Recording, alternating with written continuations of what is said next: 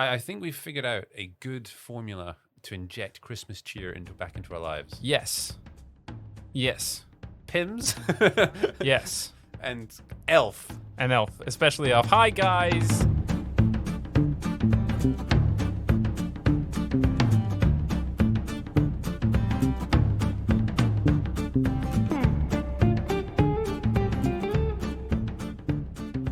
Welcome to the podcast, the Filmers Podcast. I am me and he is him. I am thy. And Thou. No, Thou. you're not me. What are you talking about? I'm thouest otherest. And we are jumping into the Christmas spirit early because, hey, we've got a couple of weeks till Christmas. Why the hell not? Hell, they've been playing Christmas carols for a month already. Yeah, they have. And also there's a lot of decorations up at the local shopping mall. So there's that as I am well. nodding. They are pretty. They are, yeah. And especially this year, I feel like we're due for some cheer. Yes, I mean, when Thanksgiving happened in the States, I noticed it as well. And I think around Halloween area. I'm a bit jealous of the States, actually, with when they do Thanksgiving. Mm-hmm. And yes, it comes from a shitty place because, you know, Native Americans were uprooted from their homes and conned into giving basically all of their natural resources away. Yep. But the theme of Thanksgiving is actually really nice. I like it. One, yeah. I think Being grateful is good. Trying to focus on being grateful is good, especially in the year that we've had, 2020. What a fucking shit show. Yes. I have an idea for a segment, and I'm going to run it by you right now. Oh, okay. While we're recording an episode of the podcast. It's a blurb off. A blurb off. Yes. As in like... I'll do my blurb. You do your blurb. What do you mean by blurb? Let's get the context right. Well, I'll first. just give you my blurb from the go. How about that? Go. Okay. This is my elf blurb. Oh, elf blurb. Elf blurb. So, Elf is the story of a big boy elf who discovers he isn't an elf but a human. So he goes to the human world, but he brings the elf with him. Interesting. Okay. I like it. Okay. I like it. Will Ferrell does things in New York around Christmas time, the documentary. Yeah, that works too. Boom. Yeah. Nailed it. Yeah. It's kind of funny. This is actually the second Jon Favreau old movie we've done this year. What was the first? Chef. That's right. But that's not really that old. No, it's not. That was like 2016. Yeah. Yeah. I mean, it's 2003. That was a good movie. Yes. I love Chef. I think it's one of my favorite genre-less movies, if that makes sense. Because it's kind of like it's kind of a cooking movie, but it's not really. Cooking movies aren't really got a genre, really. It dips its toes in several different genres. It's a drama here. It's a comedy there. Movie. It's a family movie. It's it's different. But I love it. It's one of my favorite films. Yeah. Out there, and it makes me hungry every time I see it. Yes, I mean, we didn't. I think Jungle Book came out just before we started doing the podcast, or a year or two before. Yes. So we never did Jungle Book, which we might want to actually do because maybe we should do a whole live action versus animation off. Yeah, for Disney. Jungle Book is I think the animation is still ridiculously good. Oh yeah, I love the Jungle Book animated movie. Yeah, but however. I do, and I've got a big thing for Jon Favreau's version, for many reasons. But number one, the first time I went to see it, I saw it with my father, and my dad is a huge Kipling fan. Yep. It was one of his favorite books when he was a child, and he came out of that cinema glowing and saying that it was like almost perfect rendition of the book, not the Disney film, but the book. Yeah. So that to me is a lot more special, I guess. No, I had the same experience as because I've read the book as well, and I do remember coming out and it's that was actually a great adaptation while still being following the Disney line as well. Yeah, it was in a good cross section.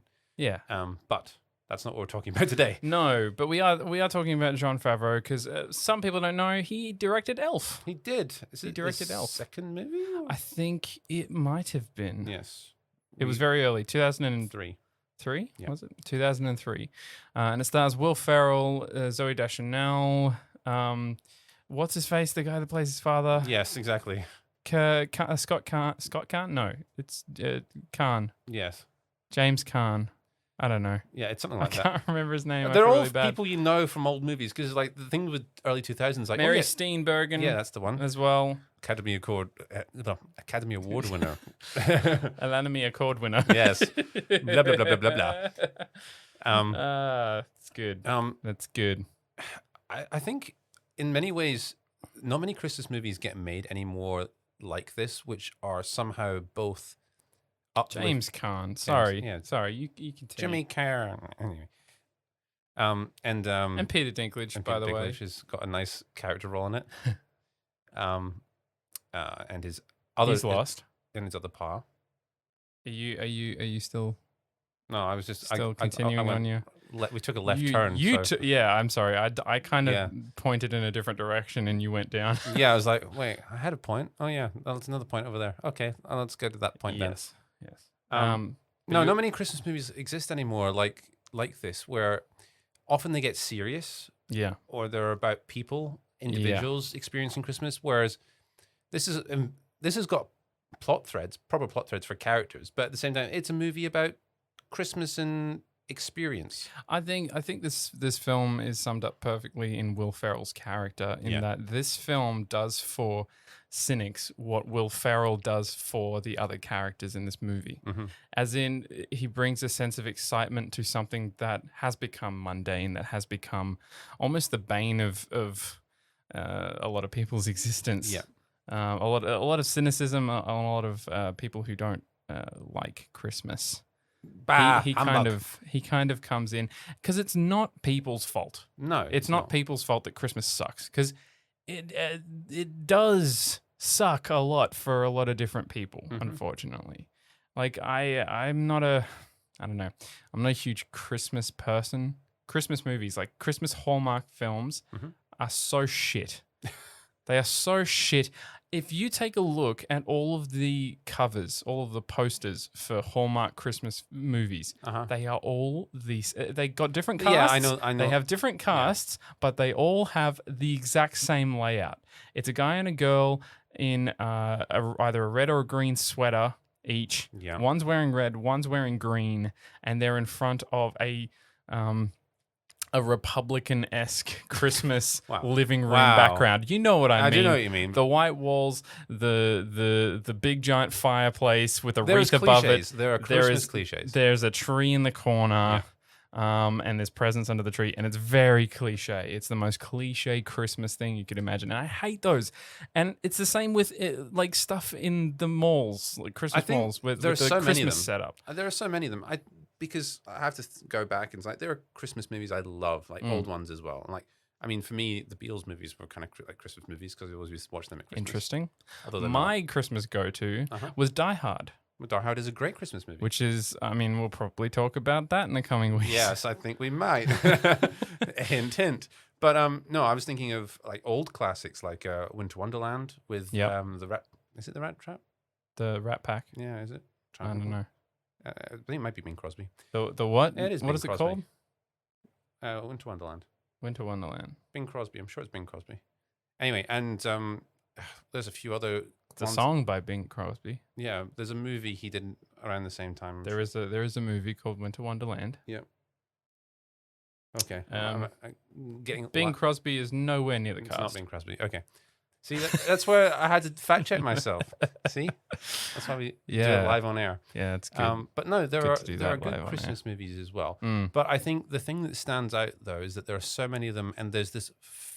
Will Ferrell is doing this perfect stand-up of it in this movie, where there's this fake joy that makes you have the opposite reaction. It makes you want to punch the movie in the face. Yes. Well, not this movie. But other films that because there's such a disingenuous thing that surrounds Christmas now because of commercialism. Oh yeah, because people are trying, and whenever you're faced with someone who's trying to sell you something, nobody likes that. No. The other week I was with Em and we were at the mall, and in the middle of the shopping mall there was a stall for skincare products. Oh dear. And this woman just wouldn't let us go. And we were like, sorry, we got to go. Oh, but check out the amazing rejuvenation powers of Skin Off. And I'm like, can we go, Em? And Em's like, yeah, no, I'm trying to get out of it. But it's awful. It is. It's terrible. And when you apply something like that to something that seems so wholesome like Christmas, you can't help but get a little bit cynical, I feel. But this film does a really great job of addressing that. Yeah. And introducing the character of Buddy as this really just super happy, super grateful, super gracious character who is in love with Christmas. I think the key is everyone's response to him is that they don't believe he's real. They don't believe he's serious because no one can be this committed. Yeah. To, not even the idea of Christmas, just the idea of this character. And I think apart from maybe Anchorman, this is his most comedic role because he commits to this naivety. And it's fantastic. There's a great scene that kind of sums all of this up, which involves Peter Dinklage as a creative children's fiction writer who gets called in, and Buddy comes storming in after this date that he's had with Zooey Deschanel's character, and he's over the moon, and he sees Peter Dinklage, and he immediately calls him an elf. Yeah, and obviously hilarity ensues as Peter Dinklage tries to kill him over what he perceives to be insults, but in reality, it's just Buddy being Buddy. He's not trying to insult him, but the things that come out of his mouth sound incredibly insulting. Well, it made me laugh. It actually reminded me of Batman and Robin simply because there's a few scenes in this movie where there are obvious wires. Yes. And you don't care. But it's done for comedic effect, whereas Batman and Robin I don't think was. Well, I think it is now. I think that was done for different reasons.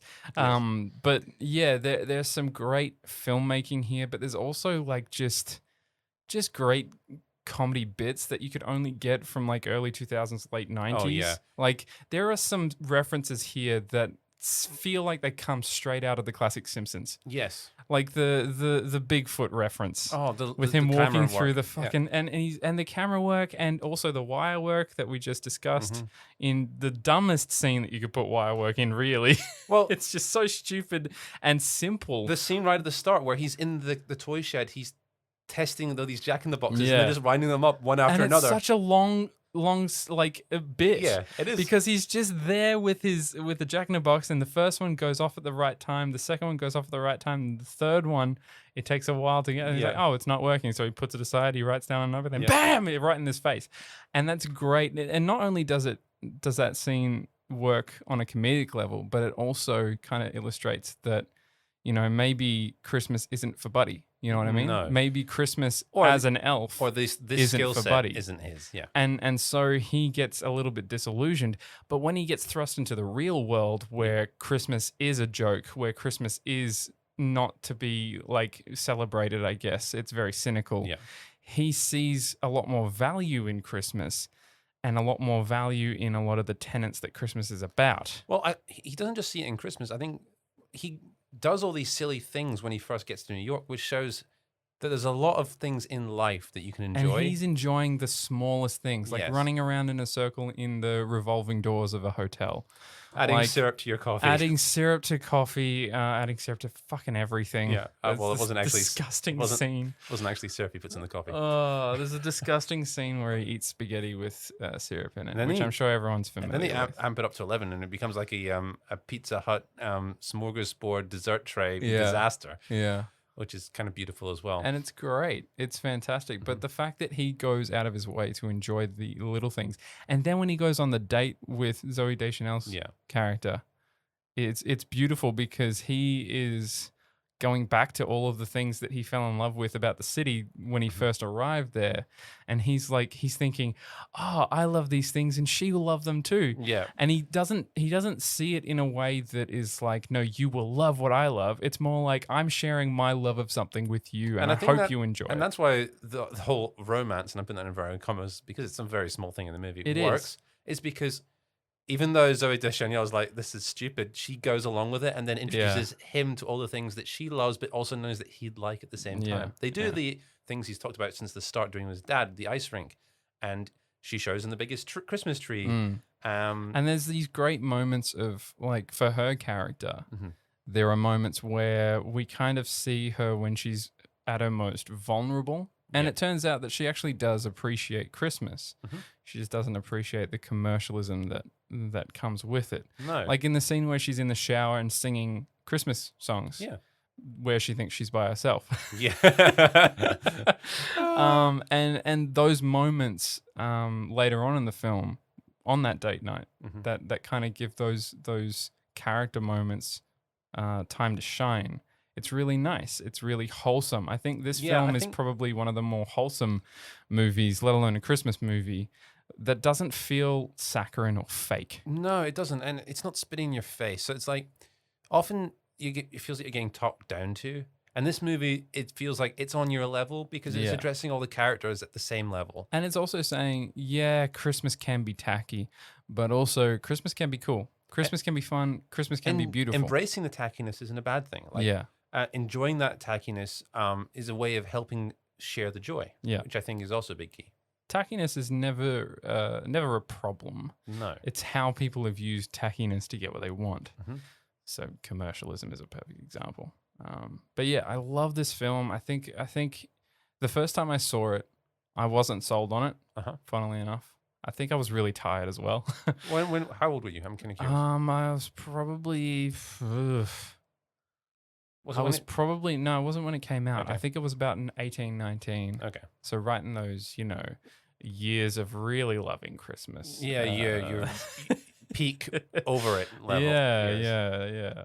Because I remember when I watched it, and it was out at the cinema, and there were a couple of movies out, and we went as a scout in with the scouts group, and it was like, okay, we got. I love that. No, were you all in uniforms as well? Please say yes. No, just for the sake of the okay, fine. Yes. I'll say yes. Thank you. That's better. But they were all in uniforms. Okay, I will say this. We could have been. Did you have the necktie? Oh, you still have those things. Yeah, of course. Yeah, that's great. Did you get a badge for watching Elf? Did you get like a little? No. I watched Elf. We didn't badge. commit that badly. I wish we did though. That'd be cool. See, this is the problem, Scotty. You should have said just yes to everything. Okay, I'll just agree to everything. Yeah, that's we were the elves. But we got vetoed. It was a split tie. What do you mean vetoed? So we were voting on movie to watch, and Elf was one of the two movies. Oh, I see. And I voted for the other one. I can't remember what it was. What was it? I can't remember. It doesn't matter because I was happy I'd lost by the end of watching Elf. Oh, okay, nice. Yeah. And nice. I remember. So this was 2003, yeah? Yeah. I'm gonna look up what came out in 2003. 2003 Christmas. Movies released. It's probably some action movie. End of 2003. Movies released end of 2003. Okay, so here we go. Okay. Love Actually. It wasn't that. Elf. The Return of the King. No, it wasn't that either. Pirates of the Caribbean, the Curse of the Black Pearl. Could have been that. Old School. It wasn't that. Which was another Will Ferrell film, I think. Yeah, that's funny. School of Rock. Kill Bill Volume 2, I think. It wasn't that. The original Old Boy. It wasn't that. So it was either Lord of the Rings or Pirates of the Caribbean. It must have been Pirates. Yeah, that's fair. Yeah. That's fair. But it was a Christmas. Well, I mean, it could have been Cat in the Hat. Oh no, it wasn't Cat in the Hat. No, could have been The Room as well. Ooh. Or X-Men 2. Oh, it might have been X-Men 2. Actually. Or The Matrix Revolutions. It wasn't Matrix. Okay, so X-Men. So you kind of well, actually, X-Men 2 is not too bad. They're all reasonably. I was just happy that we went. It was a Christmas party for the Scouts group, and we saw Elf, and it felt fantastic. We all came out of it buzzing. And then we had a little party afterwards involving cream pies and stuff and silly games. Cream pies as in pies with whipped cream, which you throw at people. Just to clarify exactly. Hey, no, I wasn't confused. I knew exactly what you were talking about. Okay. I don't know why are you giving me that face for? Okay. I see, unprompted, you gave an explanation. I'm not sure I'm comfortable with this, Scotty. I'm the one who's uncomfortable. Do you have something that I've got like a dummy here somewhere where you can point on it to tell me where you got. Anyway, Scouts in the UK is fun, just so everyone knows. I had a good time in the Scouts in the UK. Nothing improper ever happened in Scouts that wasn't, well, I mean. Anyway, Scouts is good. I'm gonna take this shovel away from you now, so you stop digging a hole. Okay, let's take the Elf off the shelf. Yeah. Get back to Elf. Get back to Elf. I swear that kid's familiar as well. The kid, his brother. I've not seen him in anything except for this film, so I don't know. I won't be able to answer that. It's not like the kid from Jingle All the Way. I don't know. I don't think so. Because that's speaking of a terrible Christmas movie, by the way. Yeah. Oh. Yeah. See, the crazy thing about my parents is they would let me watch Jingle All the Way, but they wouldn't let me watch Elf. Yeah, that's weird. That is weird. I mean, maybe it's because it's Will Ferrell. I don't know. Yeah. Christian parents tend to have a thing against Will Ferrell. So, yeah. I mean, just in general. Well, what's his first movie? Austin Powers, I guess. Austin Powers? He was in Austin Powers? Yeah. His first movie was A Night at the Roxborough. I looked this up. Was it? Yeah. Oh, okay. He and his buddy from Saturday Night Live, I can't remember his name. They did a great sketch together that I remember where they did like a... I know the sketch, yes. I'm all out of love, but it's like it's basically just you're my best friend. And they end up making out at the end of it. It's fucking great. But they did it. They did A Night at the Roxborough about two friends that wanted to open a Roxborough like hotel. I guess. Okay. And it was all about them spending time one night in their hotel, and it was not well received. But that was his first feature film. Yeah, first leading role. Sorry, not feature film. And that was back in 1996, 7. Okay, around about then. Because he is one of the side evil characters in yes, Austin Powers as well. Yes, he is. The second one or the first one? I can't remember if he's in the first one or not. He's definitely in the second one though. So yeah, second one. Yes, because he's hilarious. Will Ferrell is very. It's crazy how long he's been kind of doing stuff. Yeah. I recently was listening to a podcast. Was it Conan? It was Conan O'Brien Needs a Friend, and he was interviewing Kevin Hart, who did Get Hard with Will Ferrell a couple of years ago, and he was saying how impressive his knack for just vibing off of people was. He would know exactly when to bring it back to the scene. He would know exactly when to cut it short. He would know exactly when to start the scene.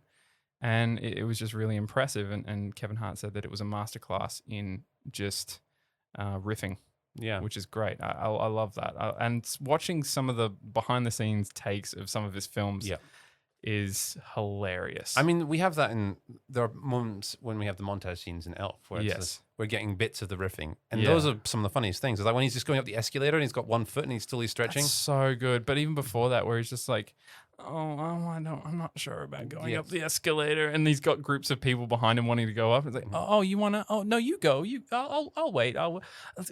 Maybe I should try it now. Oh, no, I'm too scared. Oh, you want to go? Oh, you go. I'll wait.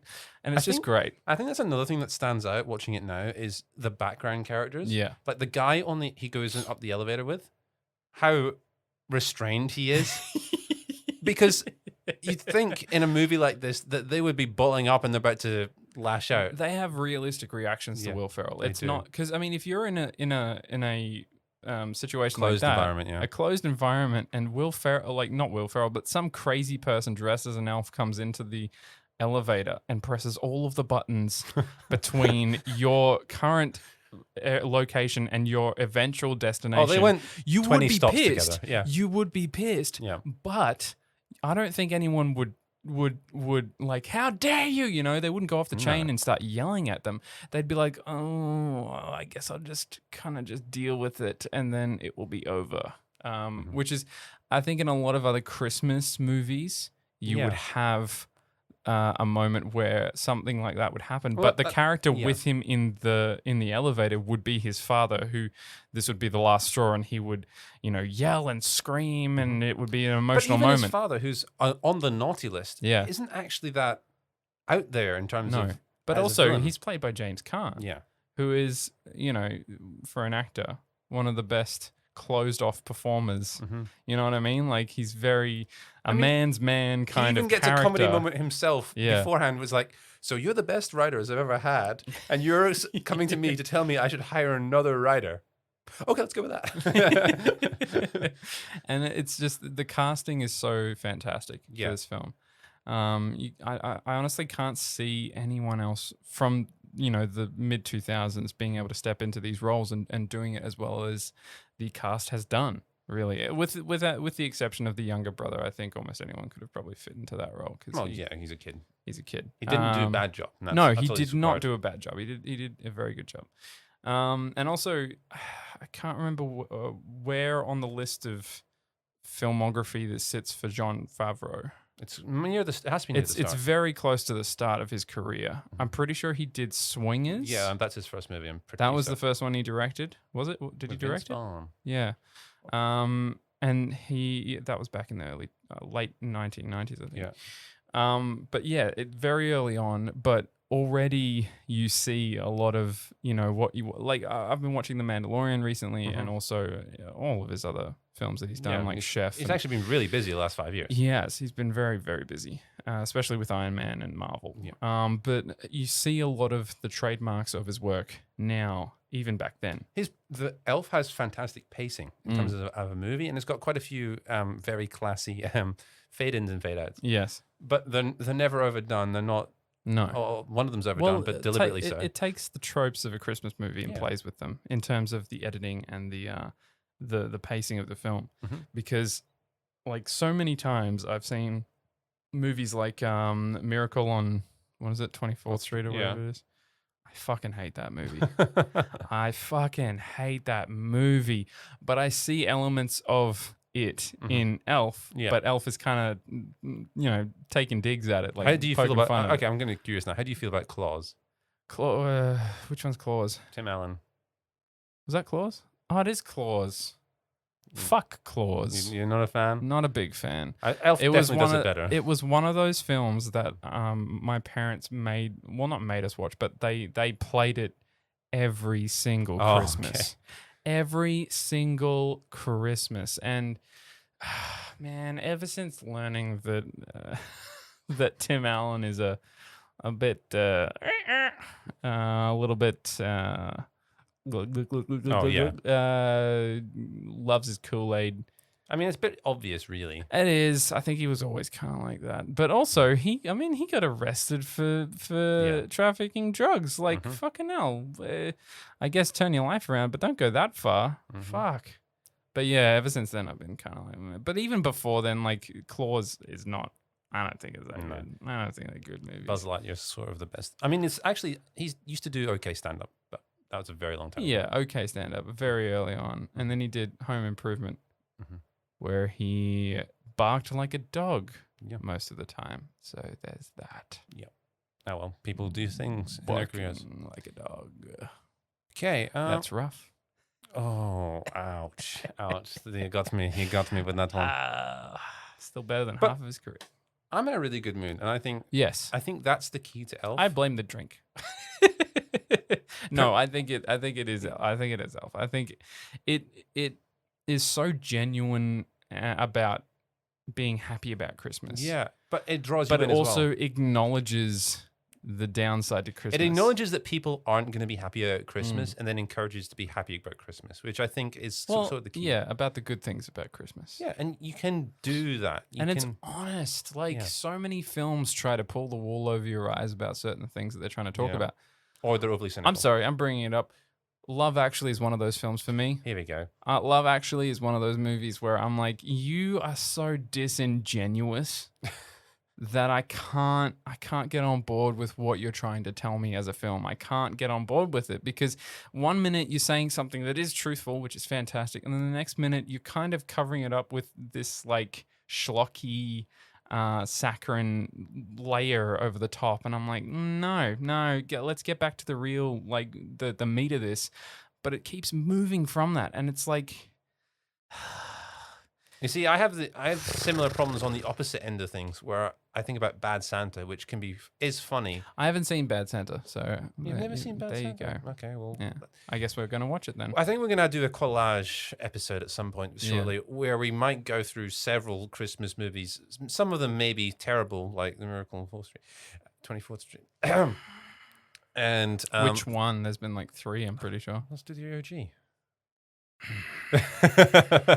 I was going to give that reaction regardless of which one you said. Okay. I'm also thinking we might do We got to do a Hallmark one. I feel like we got to. What's the one that we got to go with the one that's like the worst rated Hallmark. Days of Alive? No, it's not the Days of Alive. Movie where like the main character has a twin, and they come back and they're like twin. They're trying to steal their boyfriend or something. And then they get married at the end. Not the twin, but they convince them that the twin is evil. Something like Maid of Honor or one of those movies. The evil twin falls off a cliff or something. What's the old movie with Robert Downey Jr. and Aunt May? Oh, yeah. That movie. Yes. It's not Aunt May. It's what's her face from Thingo. There we go. We're really descriptive today. We're having a ball. No, it's Shane Black. It's we talking about the same thing? Maybe. I don't know. Shane Black. Oh, you're talking Kiss Bang Bang. I wasn't talking about Kiss because that's a Christmas movie. It is a Christmas movie, yeah. That's a good movie. You guys should check that out. That was like one of Val Kilmer's last films before he got diagnosed with throat cancer. And it's fantastic. Yeah, it's one of the best. Great. Anyway, you were saying... No, the old romance movie, Robert Downey Jr. Oh, I don't fucking know. Okay. And actually the one who is the new Aunt May, so... Oh, okay. So I don't know what one you're talking about. Good. Okay, that's not actually good. Is it the one where he's like an author in bed or something? And he's something like that, yeah. So it is that one. I didn't think that was a Christmas movie. No, it's not. It's just an old romance. What the fuck are you talking about? I don't know. We went off on Christmas. Okay, other Christmas movies. The one from last year that we didn't see because it was terrible. What? The one was Mother of Dragons and Crazy Rich Asians. Right. I can't remember the name of that. It's a... but yes, it did come out last year. And from all accounts I heard, it wasn't a terrible movie. It just wasn't great. Yeah. There is another film that I want to see. Give me 1 second. The one with Kristen Stewart. Yes. Which is something like Beautiful Things or something like that. No.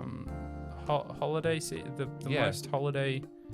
Oh fuck! What's it called? 'Tis the season to have generic titles. Oh my god! Why am I so bad at this?